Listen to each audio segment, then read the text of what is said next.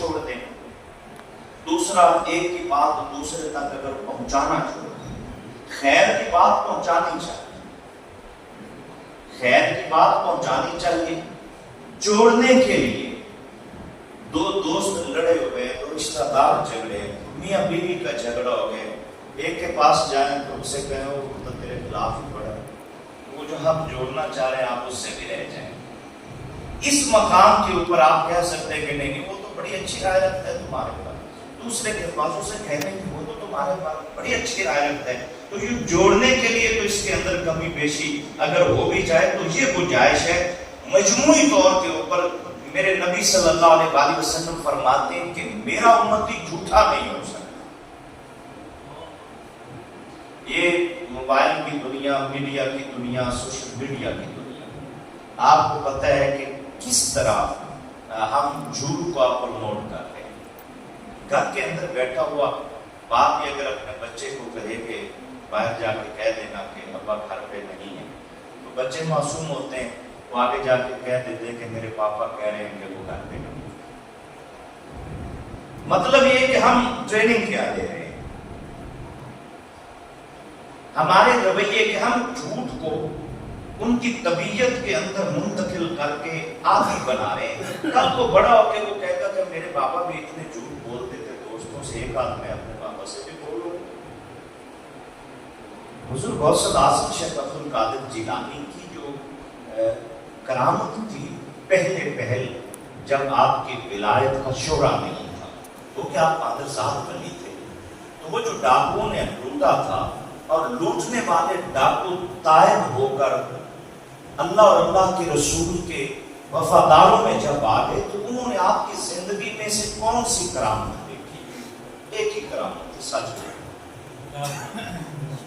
بدقسمتی سے ہم ان چیزوں کو اب کرامت سمجھتے ہیں, ہم نے اس کا معیار ہی اور بنا لیا. حضرت داتا گنج بخش علی حجویری رحمۃ اللہ علیہ کے پاس ایک شخص گیا چیک کرنے کے لیے, نام بڑا سنا ہے اللہ والے, چل کے دیکھتا ہوں کہ کہیں ہوا میں اڑتے ہوئے مجھے بھی نظر آ جائیں گے. جب وہ گیا 5-7 دن رہا, کوئی ایسی چیز نہ دیکھی, بس اتنا دیکھا وہ آتے ہیں, نماز پڑھتے ہیں, تلاوت کرتے ہیں, طلباء کو سبق پڑھا دیتے ہیں, اپنے معمولات کرتے ہیں, گھر چلے جاتے ہیں. 7ویں-8ویں دن واپس جوتے اٹھا کے جب اپنے نکلنے لگا تو حضرت داتا گنج بخش علی حجویری رحمۃ اللہ علیہ نے فرمایا بیٹا کدھر جا رہے ہو؟ اس نے کہا جی آیا تھا اللہ کے ولی کو کوئی کرامت دیکھوں گا, پر آپ کی زندگی میں تو کوئی کرامت نہیں دیکھی. آپ نے فرمایا میرا کوئی عمل شریعت نبویہ سے ہٹ کے دیکھا ہے؟ اس نے کہا جی نہیں.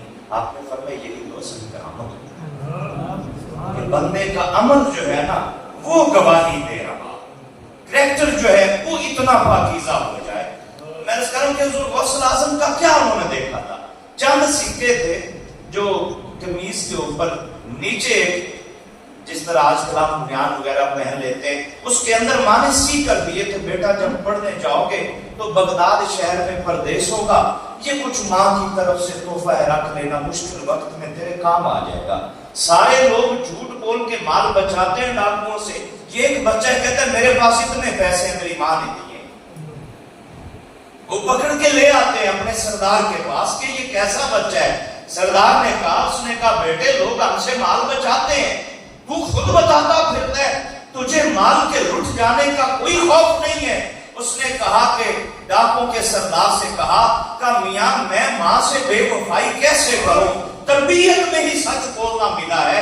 اس نے کہا تم ماں کی نافرمانی نہیں کرتا, ہم اتنے بڑے ہو کے اللہ کے نافرمان بنے پھرتے ہیں. تو یہی آپ کی وہ کرامت تھی جس نے ان لوگوں کے دل کی دنیا کو بدل دیا تھا.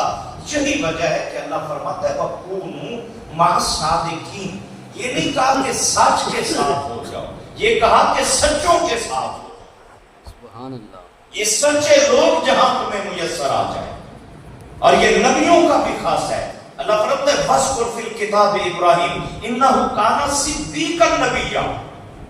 نبوت بڑا رتبہ ہے, لیکن نبوت کے رتبے کا اظہار بعد میں, مقام صدیقیت کا اظہار پہلے, کیونکہ سچ کا وصف نبیوں کا خاصہ ہے, یہی وصف ولیوں کا خاصہ ہے.